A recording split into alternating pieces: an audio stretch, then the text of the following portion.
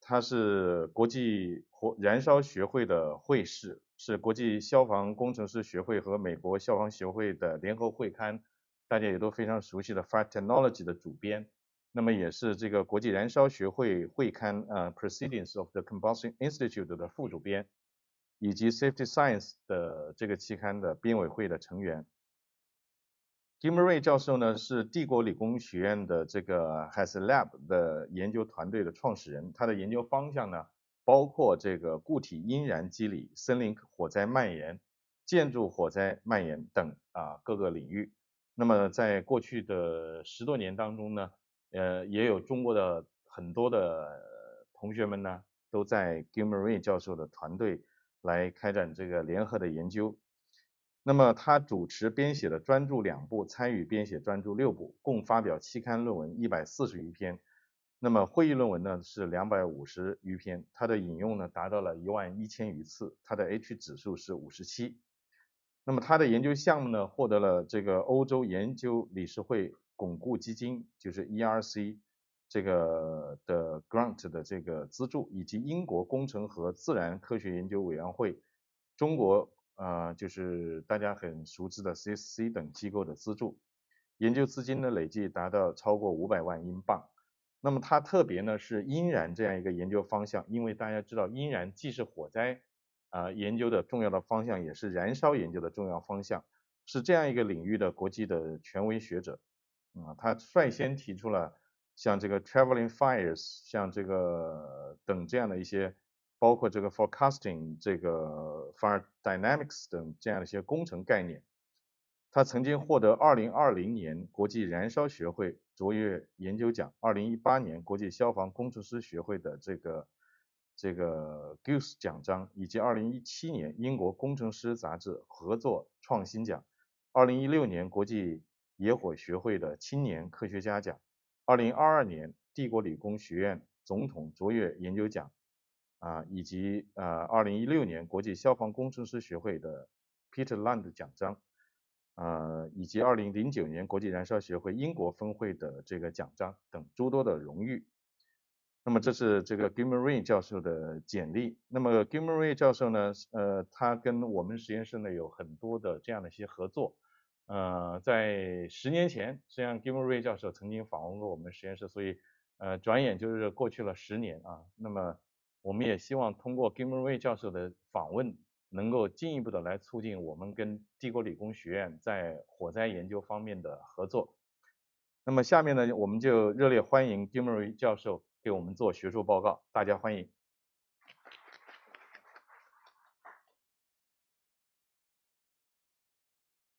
Thank you so much. Thank you very much for this invitation, for this presentation. And I'm delighted to be back. It's my second visit to Jefe. The previous one was 10 years ago. But my next one will be much sooner than 10 years. So I look forward being here. I've been practicing my Chinese, so ni hao.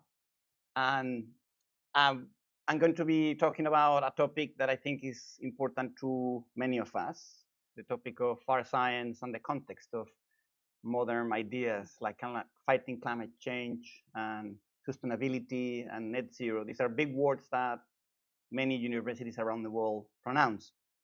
So, but my name is Guillermo Rein, and I am from Imperial College in London. So I don't know how many of you have been to London and to visit us. This is an official invitation for all of you to come and see us. We are in London, in central London. So if you go to the museums like Natural History and Science Museum, Victoria and Albert, Hyde Park, then we are literally just there. Very recently, we were very happy that QS rankings put us second in the world next to MIT. We're very comfortable next to MIT. Everybody's very happy to be next to MIT. We're very happy to be there. Lab, because we do have already signed an agreement of a memorandum of exchange of ideas, of academics, of students. It was signed in 2021, and it is between my department, the Department of Mechanical Engineering, is one of the biggest departments of mechanical engineering in the world in terms of size, with the State Key Lab of Fire Safety. So it's it's important that we continue working on this and we continue the exchange. And I look forward, many of you in the room and online, to continue this exchange.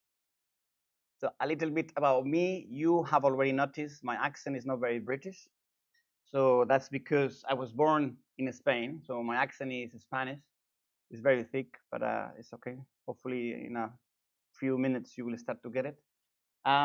I left Spain. I studied engineering in Spain, mechanical engineering. I left Spain to go to the United States. I studied in California at the University of California, Berkeley, where I started to do fire science. I was working for NASA, taking care of the safety, fire safety of a spacecraft. And then I went to the UK, first in Edinburgh and then at Imperial to become an academic. So now home is the UK, and I want to stay there for the rest of my life until I retire. But I just wanted to know this little triangle, and now today we are here. So a lot of movement in the Northern Hemisphere. As also already mentioned, I'm very proud, tremendously proud, to be the editor-in-chief of Fire Technology. This is one of the leading journals. That we have 4 journals in fire science, and then we have other disciplines that also do fire science. But of the ones that only do fire science, this is one of the leading journals. We are the oldest journal. It was created in 1965 and continue publishing. So there is a lot of history. When you go into our online archives, you have access to all the fire science since 1965. So not just the latest papers, but you have also the papers of our founding parents, which is important. We are associated with the NFPA in the United States, the National Fire Protection Association, and the Society of Fire Protection Engineers. So we are their scientific journal. We do science to make sure that it's used, right? And whenever we look, we can look into submissions, we can look into downloads, we can look into impact factor, we can look into the site score. What we are seeing is that the journal is buoyant, is succeeding, is going up. So I want to highlight one of these steps. Look what happened here. You know what happened here? And it took off, that I visit Jefe. So my expectation is that after this visit, right, I'll be here. Okay, so when I come back, I hope the journal is up there, right? Thanks to actually USTC, you are really important. I mean, you know this, but I'm just going to tell you. Your institution, all of you, are really, really important for fire science in the planet. You are the biggest fire group. You are my favorite partner, actually, in the world. The amount of work that you do is incredible in quality, style, impact, and value. And if this journal were to continue succeeding, it has to include you. So the more of USTC that we have in the journal, the better the journal does, and then you get the impact factor and the qualities that you need for PhD thesis graduations and promotions and projects. So I'm asking officially for an investment of USTC into the journal, and then the journal will give you back what you want, because you are so big that you are almost a quarter of at least a third of the fire science community. So please know that we have 2 associate editors in the journal, and we get papers from USTC, but I know that the best papers of USTC go to other journals. So I want to attract us into this journal. I want this to be home for you. So now we're going into the topic. Obviously, didn't do all these things without the amazing help of my group. Many familiar faces here that I saw yesterday, my Chinese former students, Xinjiang Huan, now a professor, associate professor in Hong Kong Poly, Uchi Hu, he's now in Chengdu, Han Juan, Sengwen Hu, Suan Sehe, Uchan Kui, and we have, I saw them yesterday. They flew from different parts of China, and I saw them yesterday, and it was really nice because I haven't seen them in such a long time. So it was a very nice reunion of my group, and I look forward having more of them here, right? So when I come back in my next visit, there will be a new row with more Chinese students in it, hopefully. So let's start. So we are all involved in science, one of the joys of doing science is this journey of discovery. We discover, together with our teams and our colleagues and our communities, we discover new things. This is what science does. Discover things that were there, we observe them, we do computer models, we do experiments, we develop new theories and new understanding. And it's truly the joy of scientific discovery. Now, obviously, it doesn't come without difficulties. No, the exhaustion of the trip. Very often we look in the wrong place. Sometimes we think we found something, but we didn't. But at the end, when we look back into our careers, it is a journey of discovery. As an engineer, not just as a scientist, we also believe in creating these wonderful things that engineers do. These things that nature would not do. This is what engineers do, things that otherwise would not exist. And these things bring comfort to society, allow civilization to progress, development, and safety. And the combination of the two of them is what we do as professionals. And always, once or twice or three times with our careers, we find our own disciplines, no matter which one it is, at Crossroads. Crossroads is that you're having a journey and suddenly you have an option that we didn't expect of changing directions, of changing the way we thought we were going to do things, because things have happened in society, things have happened in our field, things have happened in our lives. So crossroads are something really important to keep an eye on in every issue, things that we do in life. In our field of fire safety, especially coming from combustion science, we are facing some big crossroads. When I started into this field, these crossroads did not exist.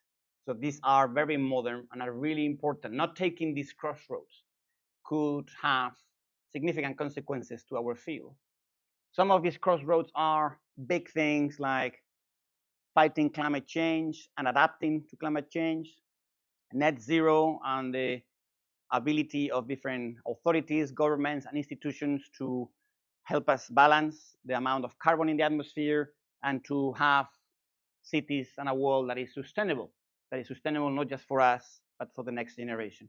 So these big things, when I was a student, did not exist, and these things are important. These are crossroads. So we, as fire scientists, need to decide if we take these crossroads or if we just continue without looking for this topic. So I'm suggesting today that we fully look into these crossroads. And I know, for example, that USTC is leader into looking into these crossroads. So the things that I'm going to be mentioning today are things that USTC and the State Key Lab is already doing.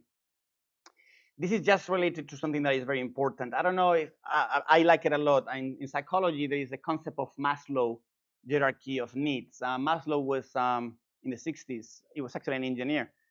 They came out with the realization that this is where we want to be, all of us, every single person in the planet. We want self-realization. We want our dreams to come true. We want our happiness to develop. We want our families to be there, right? In order to do that, we have to be recognized, we have to work in society, we have to be safe, and we have to have our psychological needs. This is that we are able to drink and to sleep and to eat. So this is very foundational. If we don't have the foundations, we cannot realize ourselves as individuals, right? And social needs are here. I know this is very important for China. But look what is just below, between us in society and us being able to eat. In between them is safety. If there is no safety, if our communities, our societies, our countries don't feel safe, they cannot self-realize. So this is a very important pyramid, and it shows you how safety science and fire safety is at the core of human development. Without this, there is no point to continue working forward. And in the course of fire safety, we've always been fighting against the problems of fire and toxicity and all the problems that flammable substances, being solids, liquids, or gases, produce. So this is the topic that we are discussing. I'm now from London. No? My family is from London. I live in London. in London, as every other country in the world, we have a big fire that everybody relates to. Every single nation in the world is able to refer to a fire. In London, we teach our kids about what happened in 1666. That was a long time ago, because it was a fire that wiped London. 3/4 of London were gone. It literally almost, they were lost. The whole city was lost. It was very dramatic. It happened in 4 days, and it became a historical event that now is taught. It's in the books, and it's taught to kids. So my kids, for example, because they grew up as Londoners, they were taught the Great Fire of London of 1666. It redid London. So the modern London that we know now is different because of what happened in this fire. But there are many lessons that should not be forgotten. Every country goes back to their fire and their lessons, but these are important things. And for us in London, what happened in 1666, we're there. So then we're talking about combustion science is the understanding of how things burn, put it into mild context. Now, many of us are fellows of the Combustion Institute, where combustion science happens at the global level. We are talking about safety. We mentioned the importance of safety for self-realization of society. And the intersection between these two worlds, this over here is fire research, that's us, right? How important it is, right? Combustion and safety is a sizable topic, but will always be there. And there are so many things that need to be done. We're gonna be busy with it. And then we have the crossroads of society: climate change, net zero, and sustainability. The intersection of these 3 topics is what I want to discuss today. The fact that we are doing combustion for safety in a modern environment. So this thing over here, which is a sizable amount, is us bringing attention to modern topics that society are demanding from us to bring them safety based on the knowledge that we have of fire. So this is what all of us are doing. So the 3 topics that I'm going to be, obviously this could be a whole week of discussions of how fire affects sustainability, but I've decided not to. Next time, hopefully you will invite me for a week of lectures. If not, I'll just talk about 3 topics and quickly discuss things forward. So the first one is going to be wildfires. Why is wildfires into this modern view? Timber and batteries. And as I speak, I know USTC is world leader in the 3 of them, and it has really important research that is happening in the past years and as we speak on the topic. These 3 topics, wildfires, timber, and batteries, is just 3 examples that I chose because I happen to be active on them. But there are many, many more. Maybe we can discuss it during the questions. But there are other aspects, for example, facades, insulating facades, green walls, wind turbines, solar panels, nuclear power plants. Just think of anything new that has arrived as an innovation to society. It always, unfortunately, has a fire hazard associated to it. Sometimes we recognize the fire hazard right away, maybe in wildfires. Sometimes we actually struggle to recognize the fire hazard. So maybe this happened with batteries. Batteries have been with us for 20 years, and it took the battery industry a really long time to recognize publicly that they have a fire problem. So now we know they have a fire problem, but it took a really long time for them to be embracing safety. So we start with wildfires. Now, the context of wildfires that we are happening is wildfires have been happening in the planet for millions of years.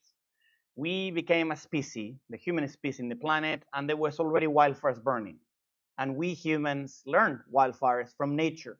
So we became the first species in the planet that instead of running away from wildfires as every other species of animal does, we became the only species that turned around and started to investigate what is this, right? Probably our ancestors burned their hands and their hairs and everything. And fast forward, now we have power that is arriving to us through the taming of fires and the metallurgical processes, the chemistry, the comfort of heat. Is a success story. But wildfires continue burning outside our towns, the natural cycle of wildfires. When we look into what has happened with wildfires, for example, we can identify, this is a nice set of data from the United States. It's a very old plot, but it's okay, it still works. It goes down to 1985. It actually captures about 30 years of wildfires. And we could look into the blue. The blue is the number of wildfires that were detected in the United States of America that specific year. I use the US because it's the best database that we have. I wish it was Spain or UK, but no. The best database on wildfires is the Americans because they've been looking into this for longer with all their abilities. So we see that the number of wildfires is insane. We're talking about 100,000, but it actually is not changing. It's just going up and down, up and down. So when we look into the number of wildfires, people say they have always been there, right? We don't have to worry. They've always been there. We will do as we were doing, and we don't have to worry. But that's the number of wildfires. That's saying that a tiny little wildfire that burns half a park is the same as a wildfire that burns 7 towns. That's not fair. No, we have to be able to identify the damage that the wildfire produce. How bad are these fires? So then we can go to the next level. That's the black. Is, for example, a proxy to damage is the size that the fire burned. It's called the burn scar, and it can be measured in kilometers squared, thousands of kilometers squared. And then now what happened? Going up. And actually, since the database has been captured, it actually goes all the way up. So what we see is that wildfires in number might not be increasing or decreasing. The damage they produce is really high and exponentially. We always worry about exponential and exponentially growing. Take into account that the bigger the fire is, the more people they're going to be affecting. If you have a small fire, maybe it's affecting a few houses. If you have an absolutely massive fire, you might be capturing thousands of homes, maybe actually even millions of people capturing in the burn scar. So we as engineers, we are very concerned about this trend. And officially now, even though I know the government of China is very concerned about what is happening with wildfires all around the world. I'm referring to the US database because it's the base one in the world. This is happening all around the world. I am not aware of any sizable country in the world that is not worried about wildfires. I'm not aware. If you're aware, let me know, because every single country that I go, they are worried about what is happening with wildfires in their country. And then obviously when we have something like this, everybody, at least in my world, says, oh, it's climate change. It's climate change. This is caused by climate change. Well, the answer to that is yes, it is climate change, but it's not just climate change, right? So this is what I'm bringing this question to you because it is climate change, but it's not just climate change. It's more things. For example, there are also changes in the land use. For example, virgin forests in the Amazon that has been a jungle untouched by humans for thousands of years. Suddenly now they're being used for harvesting the wood, or for plantations that are being developed in virgin forests. This is also happening in Southeast Asia, in Indonesia, where the Indonesian jungle now is being used for plantations of oil plants.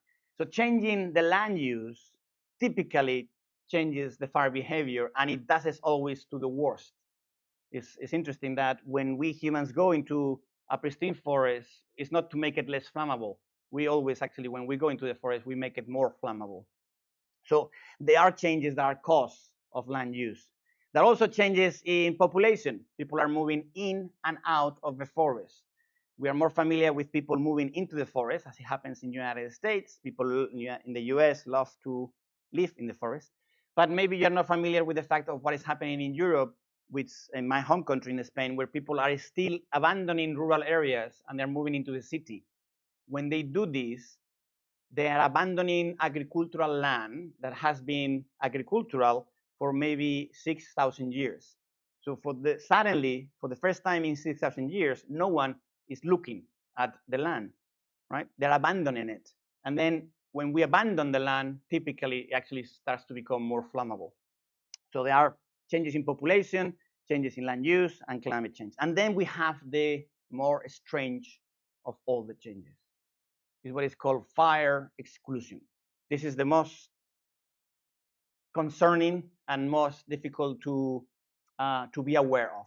And is thanks to the Americans, to North America, we know of the concept of fire exclusion. Fire exclusion is that if we exclude fire from the forest, if we became so good as firefighters that we fight every fire and we stop every single fire, then what we are doing is making sure that the next wildfire is even bigger and bigger and bigger until our capacity to extinguish is overwhelmed and we actually end up with an absolutely immense wildfire that in a way we, by fighting fires, have created. This is uncontroversial scientifically speaking now. When it was put forward the first time in the 70s, government in the United States thought that scientists were crazy, and they literally said, scientists, what are you talking about? Obviously, you don't know how to collect data.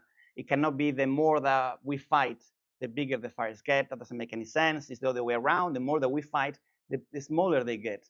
And now we understand, after 50 years of research, that if we fight the fires, if we exclude fire from the environment where it was created by nature, we start to accumulate the fuel. It doesn't burn, it accumulates. It doesn't burn, it accumulates, and then ends up with so much fuel that when the fire arrives, it becomes a humongous fire that we cannot stop. So the concept of fire exclusion happens in the United States. It might be starting to happen in Europe, in the south of Europe, in the Mediterranean. It might start to be happening in Australia. But it's a lesson for everybody. Hopefully it will never happen in China, that we should not just fight the fires. We need to understand and manage the fire, not just fight them, right? So all these, and it's a mess, right? Because very often, actually, everybody's here. I bet big parts of China are here, big parts of the United States are here, big parts of Europe are here. And when you're here, you don't know why is this happening? Well, it's happening because of this, because of this, because of this, and because of this. So it's very messy. But that's why we, as scientists, study fires in the Arctic. This is the Arctic Circle. That is going to be United States, and that is going to be Europe, and this is Asia, right? So this is the Arctic Circle seen from above. So I'm from Spain. I like warm weather, like Jefe. I don't like the Arctic. It's too cold for me. But as a scientist, I study what happened in the Arctic in wildfires, because in the Arctic, there is no people. In the Arctic, there is no use of the land. In the Arctic, there is no firefighting. So what happens in the Arctic is climate change. That's the Arctic. So when we see changes in wildfires in the Arctic, we are studying climate change and wildfires. And what we see in the Arctic is that unprecedented number of wildfires, increasing in frequency, increasing in size, increasing in damage. And that means when we study the Arctic, everybody can learn about what is happening because it gives us this big bubble of climate change. Some of the topics that we study in the UK in my group is because of the Arctic, because of that reason. I isolate the signal. But the Arctic or not the Arctic, we are looking into protecting people. We are scientists, we are engineers. It is absolutely paramount. I already mentioned this, but it's important to protect people. These are examples of failure of protecting people. In this case, this is a California town. A wildfire arrived from the outside. It crossed the interface between the wild and the urban and started to burn the homes. It became an urban fire caused by a wildfire. And every year, all around the world, even in China, there is about 1 million, at least 1 million people that have to leave their house running because a big wildfire is arriving to their house. It could be an isolated home, it could be a community, it could be, as it happens in London later on, you will see inside the city itself. At least 1 million people have to evacuate. So these communities were evacuated. We're very happy that in this particular photo in California, no one was injured. But when they came back, they had no homes. They had lost their homes. There were no schools for the kids. There were no hospitals for the community. So these fires are wiping out. They're destroying whole communities that have to be rebuilt. And it's very dramatic to lose your neighborhood, your town, your hometown, your city. So this is what we are trying to fight. The amount of damage in California, for example, is really, really high. California right now has to pay in the order of billions every year to reconstruct what the wildfires are happening. This is just California. In reality, it's happening all around the world, but it's quite dramatic, the need for fire safety engineers to help with this. I just want to give you two more examples. One is London, ourselves, 19th of July, 2022, London, I was there. It was a very specific day. There was a heat wave.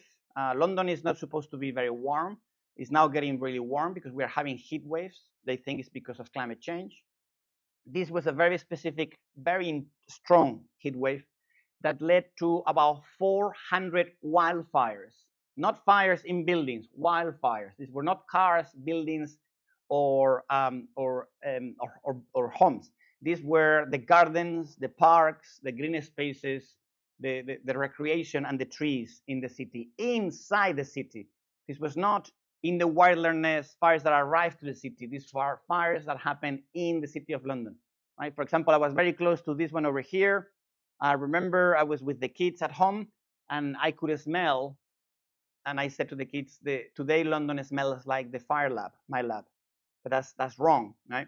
Home should not be smelling like fire lab, because the fire lab is where we burn things for research in safe conditions. Having that smell close to home made me feel very unsafe. They were all burning around London, to the point that the London Fire Brigade, one of the biggest fire brigades in the world, the 19th of July was the busiest day since the Second World War. So I don't know if you're familiar, but during the Second World War, London was bombed on a daily basis, and it was burning the city on a daily basis. So that day in July, London was at war with wildfires. And this is a lesson that should not be forgotten. Not many cities have felt this. We don't know why London felt this that day. Why did a heat wave do this? It really happened. It was not a dream. It was not a nightmare. It's in the data. And this could be a tale of things to come in the near future. These heat waves that bring what I call now fire waves into cities that are not prepared for this.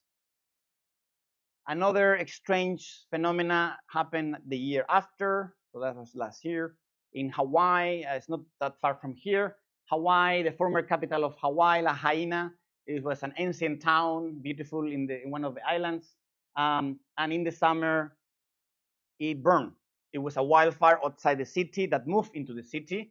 It completely destroyed the city because it happened at the same time as a hurricane. We don't know many cases of this.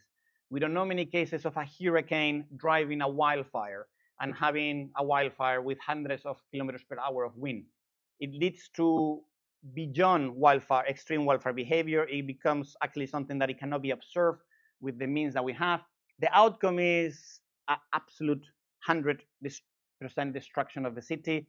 Even the ships in the harbor of Lahaina, even the boats were burned with all the heat by convection and all the embers that the wildfire was bringing in the direction. So literally, absolutely everything was burned, and many people were talking about one of the highest casualty rates in the United States wildfire history that happened. Lessons need to be learned. It happened under US watch, but everybody can learn from this, because we don't want these strange wildfire behaviors to happen. As engineers, we need to protect people, property, and the environment as well. So what can we do? And what is USTC already doing? And what is it that we are doing at London and many other fire groups around the world? Well, we are doing all of the above. We are doing experiments. We are doing experiments in the lab. We are doing experiments in the field. We are doing development of theories of why wildfires behave this way. What is the ignition spread? What is their emissions? How we can suppress all of the above. And then we develop computer models, theoretical models, or computer models. This one in particular is just a very famous equation that was developed for Farsight. And we combine all this. We do all the things that are already happening, and we put them together: experiments, models, and theory. This is the circle of fire science. We need to do all of the above. Some people just do experiments. Fine. Some people just do models. Fine. Some people just do theory. Fine. But all together is what brings solutions and understanding. It cannot be that one community just with one approach will lead. It has to actually be all of us coming together in a cooperation, in a sisterhood and brotherhood of approaches. and what we are already delivering and what we will continue delivering to the people that are waiting for us, so we provide safety. Well, it's a long story, but I like to tell this story in the concept of the layers of our protection. So in this picture over here, we are seeing already the things that we can do to protect.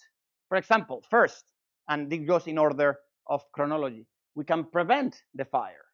We can prevent the bad fires, and remember fire exclusion. If we only prevent, we end up in a worse situation. So we need to avoid ignitions, but we need to promote the good fires. In wildfire, this is happening in the building. In the building, no fire is good. Just avoid. In the forest, we avoid the bad fires. We promote the good fires. Good fires are the fires that have the right intensity and the right frequency. And if they have the wrong intensity and the wrong frequency, they become bad fires. So prevention, very important. And I'm not saying prevention in simple terms as don't play with a match, don't bring a lighter here. I'm talking about technical prevention, theoretical prevention, which is a probabilistic way of saying ignition sources have a distribution of power and frequency. Fuels have a distribution of flammability, and you don't want the two of them to intersect. You don't want high ignition power ignition sources to find highly flammable fuels. That's the worst case. So you want to separate the ignition and the flammability of the fuel. If we have failed in prevention, that's a breach of the first layer, then we have more layers to help. It's not the end of it. Okay, there is 6. Just there is a wildfire. It's a bad wildfire. We could not prevent it. First thing that we do is to detect as soon as possible. The earlier our detection system, the more things we can do. Detection per se doesn't do anything. Detection per se is a layer that allows all the other layers to kick in. So we need to detect. We need to know that this is happening. We can use satellites. We can use watchtowers. We can use people in the forest, people that are living in the forest. We can have drones observing this. We can have many different ways of detecting. One thing that we can do, we can suppress. This is the most popular. I mean, you're fire scientists, but this is what people think that's the only thing that we can do. So if you go outside this campus and you are a citizen, they think that the only thing we can do is suppress. The only thing you can do when you have a wildfire is call the firefighters. But we know we can do more. Suppression is really important, but it's just 1 out of 6. And suppression is put down the flames, right? Another thing we can do is compartmentalize. It's a complex word. Is to create compartments, even in the forest, in the sense that one forest, one site, one region is burning. We should not allow the fire to jump from one side to the other. We should compartmentalize, either ahead of time, what is called fire breaks, and sometimes highways can act as fireways or rivers and even valleys, or maybe we do the fire breaks in real time, which might take 1 or 2 days. Okay, but compartmentation is very important, and combining the two is fantastic, right? Compartmentalize and suppress. And there are 2 more.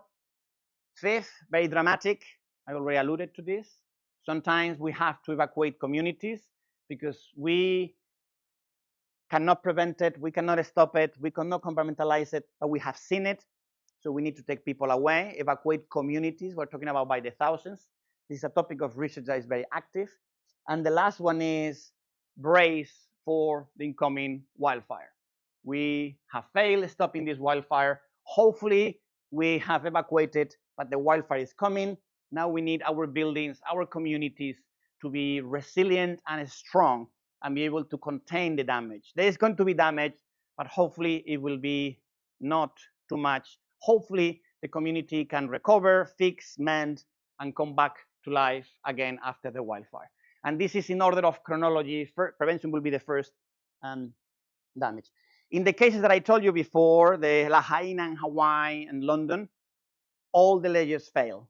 This is what is called a worst case scenario, breach of all the layers, right?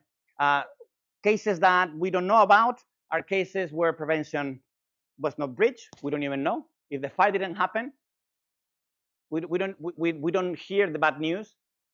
It's quiet. Quiet is good, right? Or maybe the fire happened and it was detected and then it's suppressed. These are case studies that we can think of. Second topic, sustainability.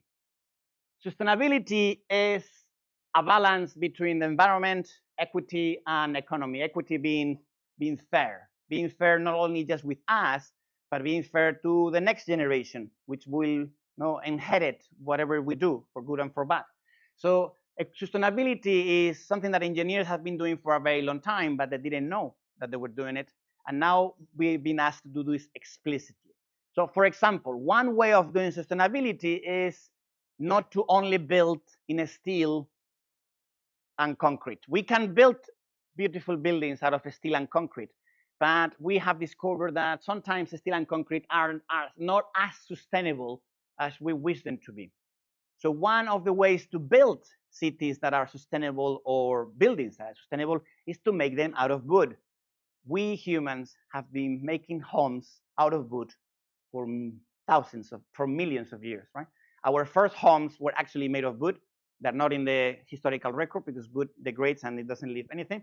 And then we started to build in other materials. But it's not a revolution. We've been building with wood for a long time. Now it's high-rise buildings, skyscrapers, tall buildings made of timber. That is what is unusual. For a very long time, this is an example in Norway. This is a high-rise building made of wood. It's not that the exterior looks wood, it's that the structure, the inside, the load of the building is being carried by wood. And that requires what is called engineered wood, mass timber, in particular CLT, cross-laminated timber, which is humans improving upon the trees, realizing that trees are amazing, but not perfect, because they only carry loads in one direction, whereas the engineer needs the structure elements to carry the loads in two directions at least. CLT and mass timber does that. So now it is possible, structurally speaking, to build out of timber. What happened? This is an example of CLT, right? You are combining loads in two directions.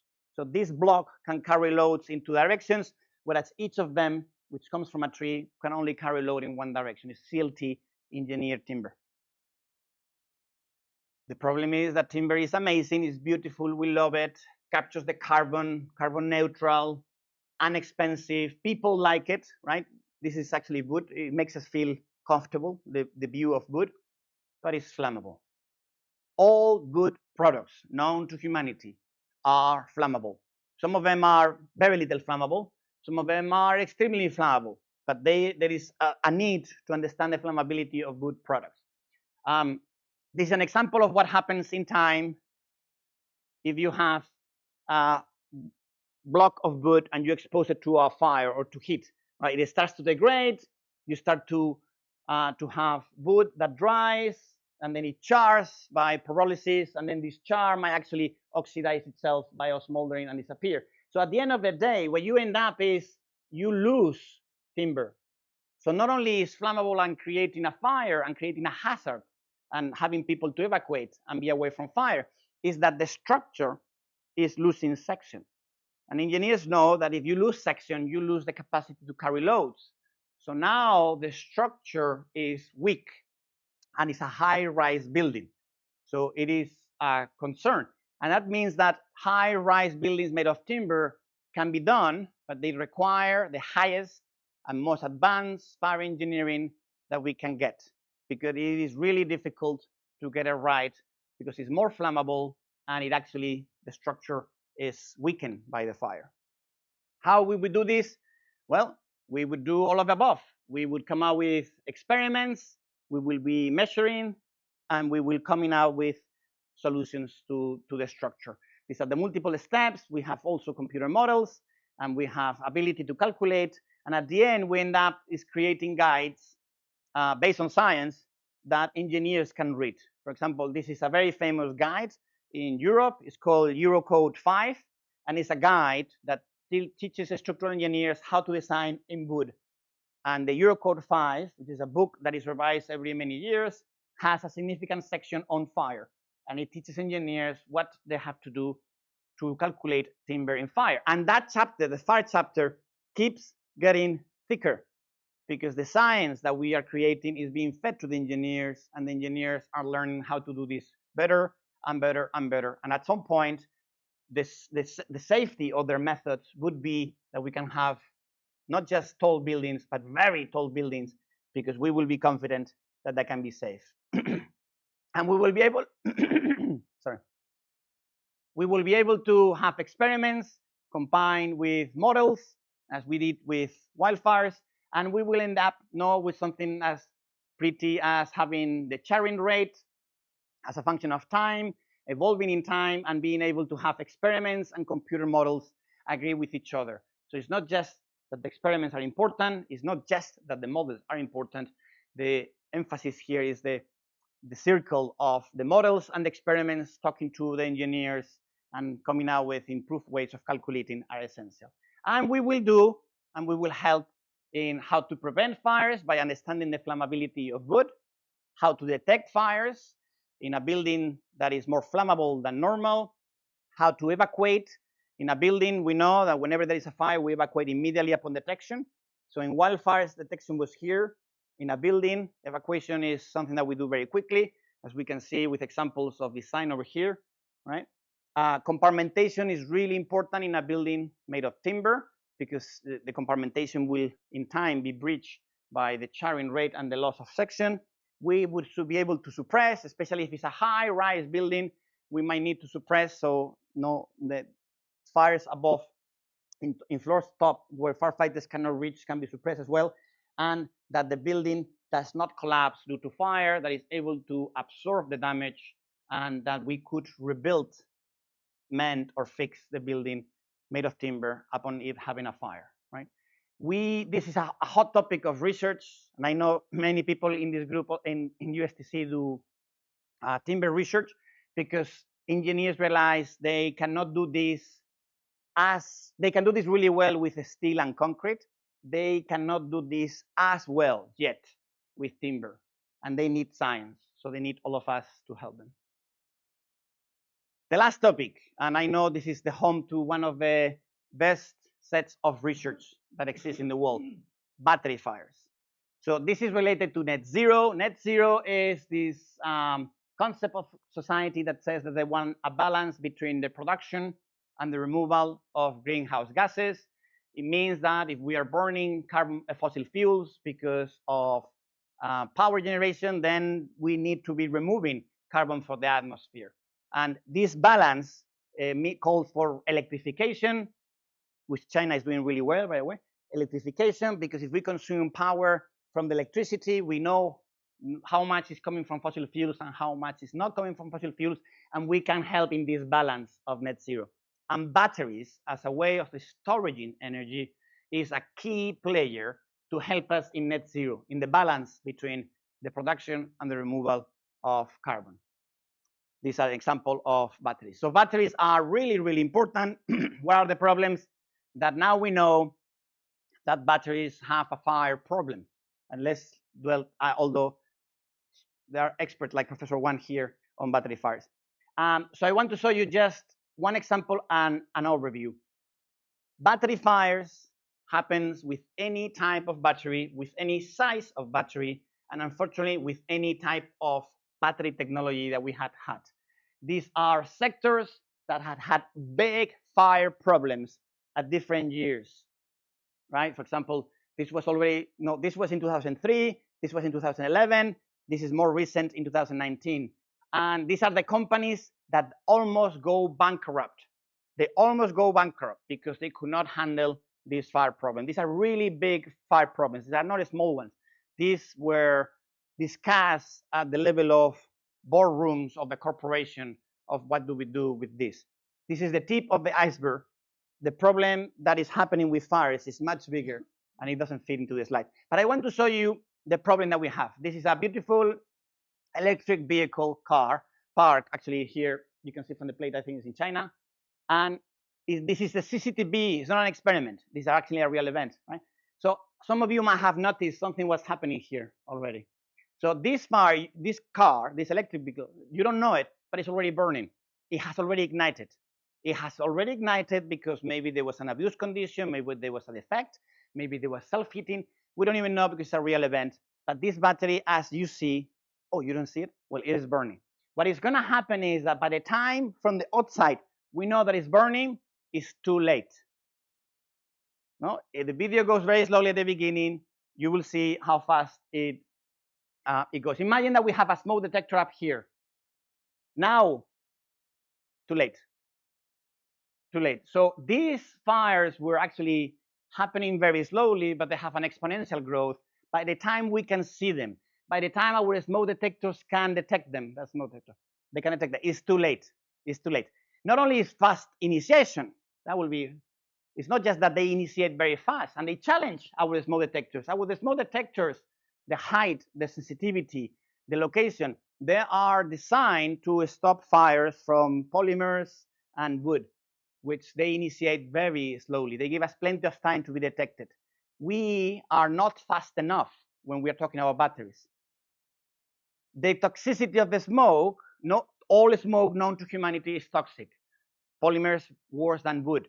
Batteries is the next level of toxicity. It is so toxic that we just know that it's very toxic. We can not quantify yet fully how toxic it is, because the elements that the compounds that appear in the smoke and the pyrolysis gases and the off gases is a chemistry that we're not used to look into. The fire spreads faster. It develops, batteries have the ability to develop jet fires. So they don't just take the energy that they're releasing and distribute it evenly over the surface that is burning. It actually concentrates them in little gaps, little holes, and it bends and it creates a jet fire that can be up to several times the characteristic length of the battery. So you have a battery like this that is able to have a jet that reaches here, right? All the energy goes into a very specific direction. That is a concern for the battery igniting the next element that is next to it. So it creates a hazard that we are not used to, these jet fires, right? They last for long. Maybe the peak release rate is the same as other fires that we are familiar with, but they last much longer. They can actually last hundreds of times longer than other fires. They are at lower intensity at that point. So we are not used to deal with fires that last for so long. And they are really hard to suppress. Of course, the battery is designed to avoid any external agent to come into contact with the battery, particular water. We don't want batteries to get wet. Therefore, when we try to suppress, the battery is protected by humans, by engineers, not to let the water reach the battery. So because of all these reasons, I am concerned about battery fires. And I know people agree with one or two or three, but in reality, I find it difficult that there is no full agreement into the problem that we have. So I call it the triple hazard of batteries. It's not just that batteries are flammable. It's okay. This carpet is flammable and it's very safe. This boot over here is flammable. This computer is flammable. We are used to have flammable elements around us because we rely on fire engineers. Is that also it comes with an ignition source, a source of ignition next to the flammable element. The two of them packed together very nicely, right? And that when it ignites, it is faster, higher toxicity, spread, longer, and harder. So this is what I call the triple hazard of batteries. I am concerned. I'm just very happy that batteries at this point are relatively safe. And I think there is only a fire every several thousands of batteries that are manufactured, even sometimes several millions of batteries that are released. But in this room right now, right, we all have batteries. And in this room, probably it's already about 100 batteries, right? So very concerning to have this phenomena. What is going to be the solution? Well, the solution is to do experiments, to do nice measurements. There is experiments happening here in USTC. These experiments actually, in a paper that we did together with USTC, the experiments were done in USTC. So I'm really happy about this. We develop theories and concepts, and we help engineers to provide the layers of protection. We want to avoid these fires because they are bad. If we fail prevention, we want to detect them as soon as possible. Batteries have they have smart systems embedded. Not all batteries, but many batteries have management systems inside. It means that they are able to detect the fire inside the battery. They don't need to detect it outside the battery. We already saw when we detect the fire outside the battery, it's too late. We need to detect the fire inside the battery. We need to allow people to evacuate very fast, faster than normal, because the gases are very toxic. We need to rely on compartmentation. This is one, for example, one solution that they use in the aircraft industry. They have big batteries inside the airplane, and they just make sure with a steel box that whatever happens to the battery doesn't get to the rest of the airplane. So that's a compartment type of solution. We want to suppress. We don't know yet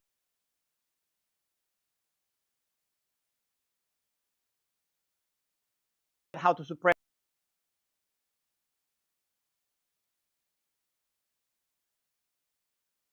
battery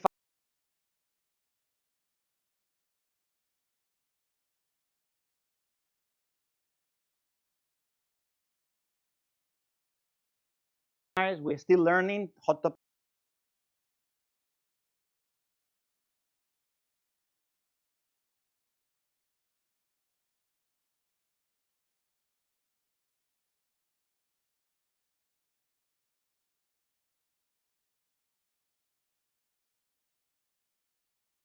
Of research, and if we fail in all of the above, we need to make sure that the system,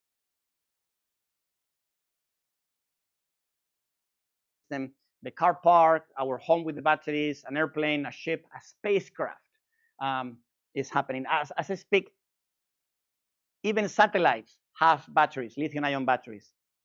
There is no people, but a satellite is a very valuable device that is sent to orbit with a lot of cost, and it might be orbiting Earth for a decade.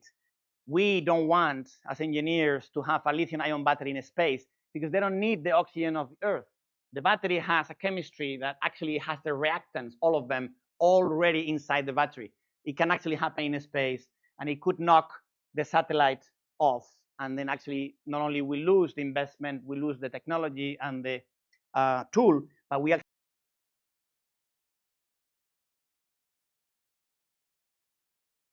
create debris all around the trajectory of the satellite. So these are topics that maybe we were not thinking before. Fire hazards in satellites. Well, I've worked for NASA helping fire safety of a spacecraft because there is people inside and they need to breathe oxygen. But now even we remove the oxygen, we remove the humans, and we still have now a new fire problem that happens in satellites. So with this, I'm finishing. Thank you for listening to me. I just want to tell you, the importance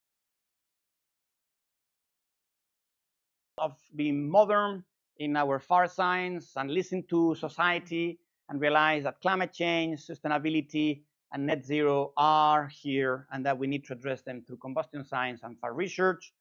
Just 3 examples.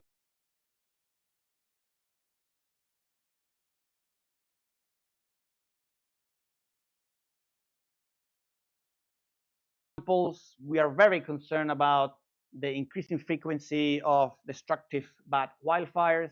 We are concerned about the safety of tall timber to make sure that it's sustainable. And we are concerned about the triple hazard of batteries. Just as 3 examples of the many different topics that are here. I like to talk about the things that we as engineers can do to address these hazards of any hazards through the concept of the layers and see how each of us might be contributing to the technology of each or all of the layers, and that the better we understand these hazards, the better would be our solutions. And the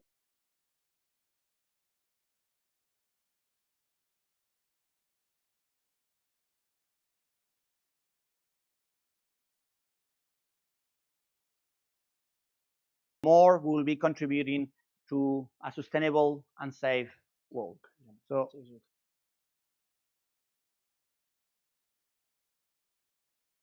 with this, I finish. Thank you very much.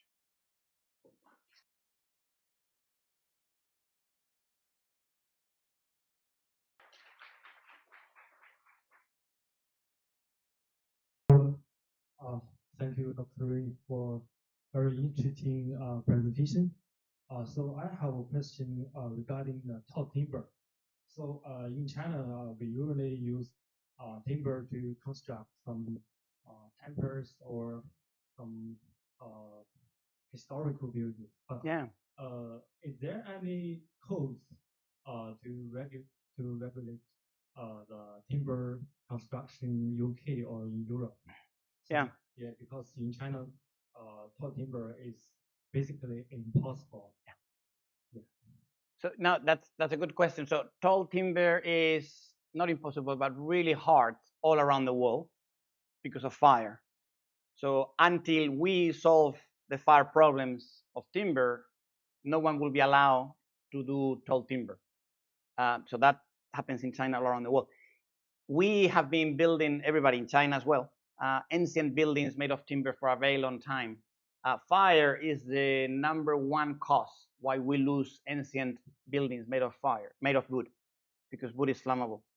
So there are codes and there are standards to protect legacy buildings, beautiful buildings made of wood, and it all requires the layers of protection. So the standards do exist. Different countries do it different ways. China does it in a way. Japan does it in a different way. But the important thing is that all the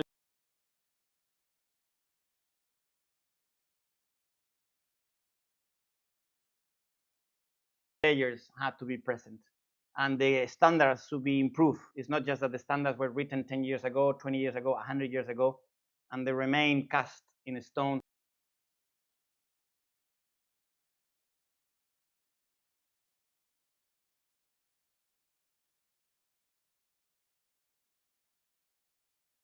They need to be revised, and as we learn more from our research,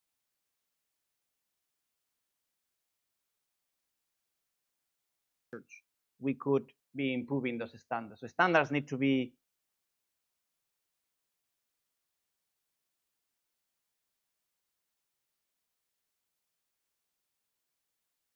evolving and always getting better. So we protect heritage buildings and ancient buildings also made of wood.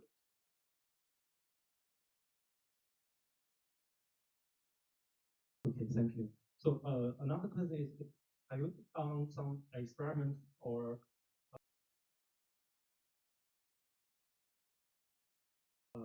simulation regarding the timber fire in your lab?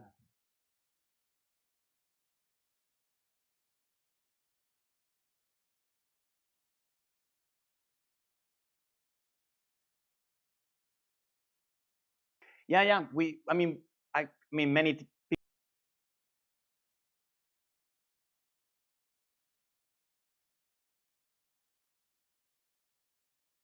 people have done experiments with wood. I'll tell you the latest one is that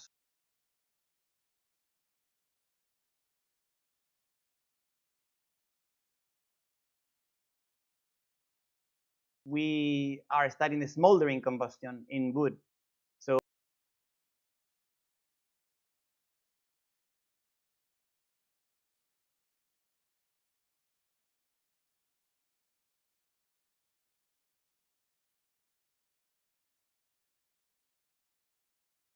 As anyone that has done a bonfire, you know that at the beginning the bonfire has flames, but the longest phase of burning of wood and the one that actually brings more heat into the home is actually the smoldering phase. You can call it glowing combustion. It has different names, but it's a smoldering.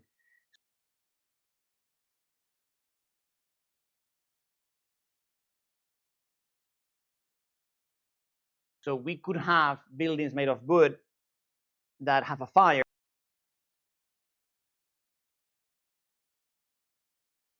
that we suppress the flames, but the smoldering continues consuming the structure for days and even weeks. And we could actually lose the whole building, not because of the flames, but because of the smoldering. And in our group at Imperial College, we like to study smoldering, so we are also studying smoldering in timber. Thank you. Okay. Another question, please. Yes. Thank you for your presentation, and I have a question regarding to the car fire. Like you just said, it's really hard to find out that there's a fire break out. So I'm just curious, if you put a detection like the temperature or something else to the car, will this problem be solved? Because it's pretty hard to say if this one is just like a little bit high temperature because it's in usage, or it's like the temperature rise because of the fire. So I'm just curious about that, like the detection on the first stage. Yeah. So That's a great question. In principle, they could just measure the temperature of the battery. They actually do measure the temperature of the battery already. And it doesn't work as a detection system. And the question is why? And the answer is, by the time we know that the battery is hot, because we can sense it, it's already too late. It's already ignited. This is the concept of self-heating.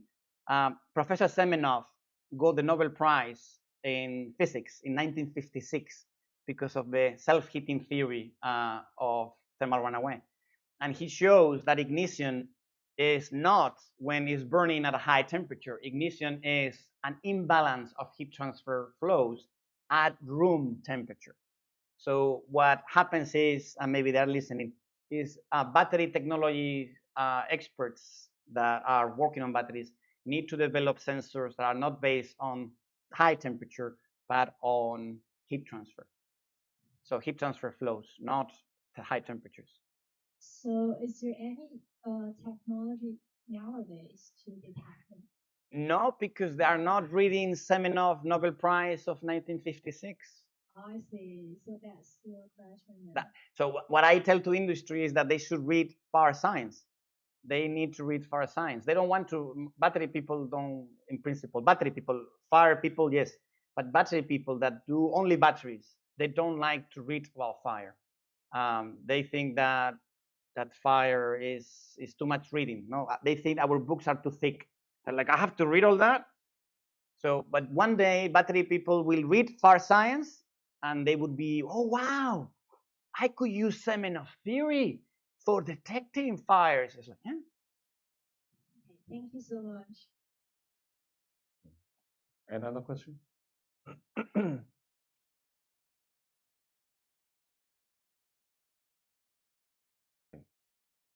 Just a small question that you have mentioned that the good fires. So can you have more explanation about that? Good fires? Yeah. What's the meaning of that? Good wildfires. Good wildfires. Yeah. Are wildfires that bring equilibrium to the forest. So the forest was invented by nature. Wildfires were invented by nature. And they can reach equilibrium. And a forest that is burning at the right frequency and at the right intensity will remain being a healthy forest. Then humans arrive, climate change arrive, land change arrive, and we alter the frequency and intensity of these wildfires. Then the forest is unhealthy and it starts to burn. I see. If we bring back the good fires, which are low intensity and the frequency the forest needs, then the back goes back to healthy. And it is sometimes burning a little bit, but it's healthy. Supposed to the extreme of this is fire exclusion. If the fire never burns, it has not burned for 40 years, then that's very concerning, because maybe that forest needs to burn every 5 years, every 10 years. Sometimes in the Arctic, they're supposed to burn every 200 years. But if we exclude fire, then the fires become all of them bad fires. Okay. So another question is that for the wildland-urban interface fire, you know that kinds of fire is very typical in America and also in Europe and Australia. But I think you should notice that it's not very typical in Asia. Yeah. So what's the major reason, do you think? You mean the wild-urban interface? Yes. Well, maybe some communities have been able to, the interface between where people live and where the forest is, it exists everywhere. If fires are not crossing the interface, that's good. The question is, for how long is going to be that good? Because once upon a time, wild-urban interface fires didn't exist in the United States. Maybe 200 years ago, they didn't have that problem. It was not a concept. So the Americans, the North Americans, were the first ones to create the concept when they realized fires that are hopping in the forest are crossing into people. If it's not happening in Asia, that's good news, but I will suggest that you learn all the lessons of what could go wrong so that it never happens, or that if it happens, you are prepared for it. Okay, so how about the impact of the climate difference. For example, in China, and for the same attitudes as California, so but different climate. So do you think that's the very important reason for the difference fire frequencies of the China and the California? Yeah, so the problem with wildfires, the causes of wildfire behavior changes is, as I tried to explain here, is very complex. This is very complex interface, and this is a simplified reasoning. In reality, there are even more reasons. So it's very complex. I think it is important to know all of the above. So China has different ecosystems, has different effects on climate, has different culture, has different locations, population. So each country will have a different wildfire problem because each of these things are affecting them in a different way. So each country has to learn the ecosystem, the weather, the culture, the population of their country. And where science solutions will be the same, the science will be the same or similar. The way we implement this in each of our countries will be different. Okay, thank you. Another question? Okay.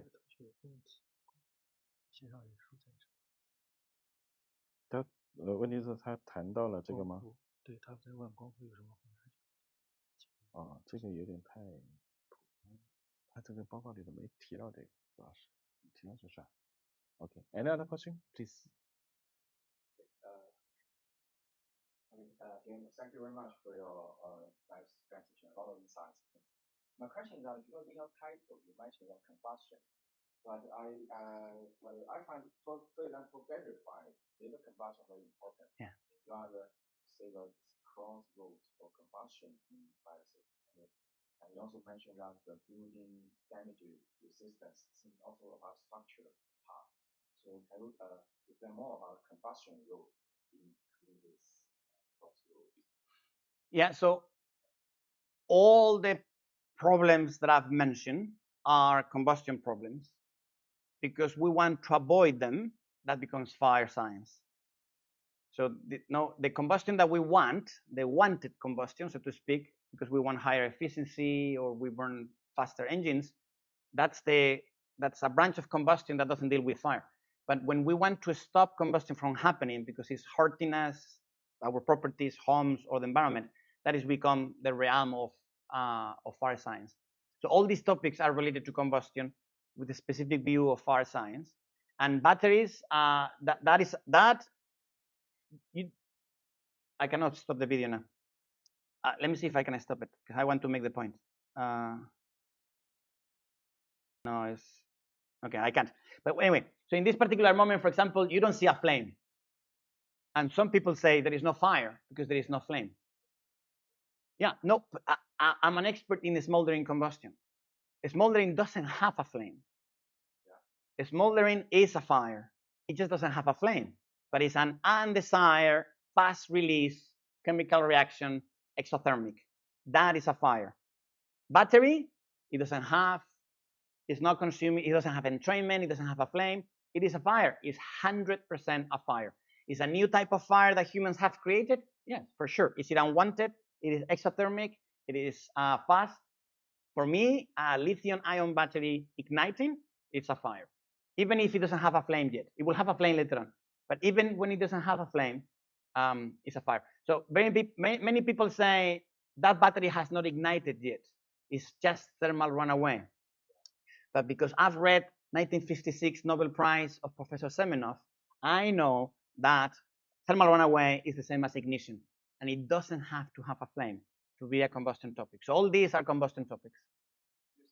Even before the flame ejected, for me, yes. Fire, like for me, for Semenov, Professor Semenov, and Professor Frank Kamenetsky, for Professor Juan, for us, it's a fire. It doesn't have a flame yet, but it's a fire. Yeah, that's one to convince ourselves.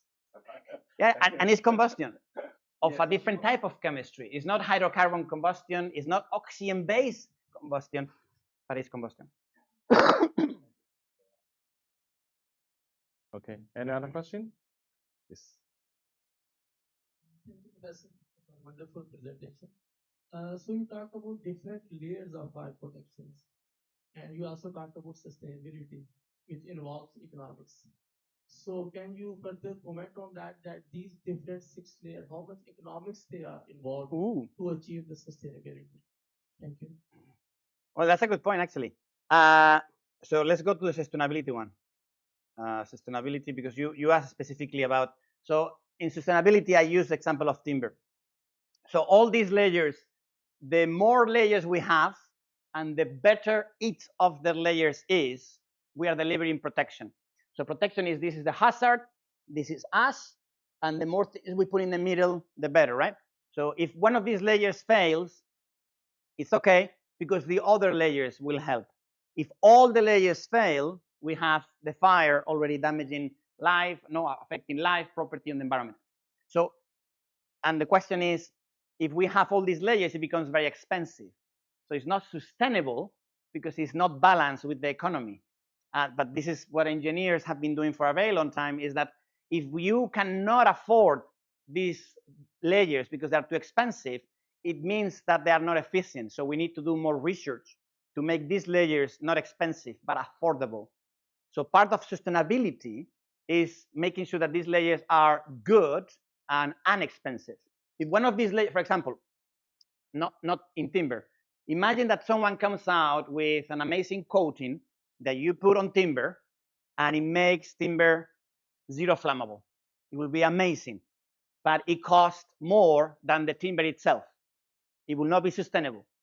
We have a technology, but it will not be sustainable because the building will be so expensive, it's not balanced. It has to be an amazing coating that we put on the wood, and it's not as expensive as the wood itself. And that would be what you are referring to, is a true balance between the safety, the economy, and the quality of the building. So cost, affordability is part of sustainability.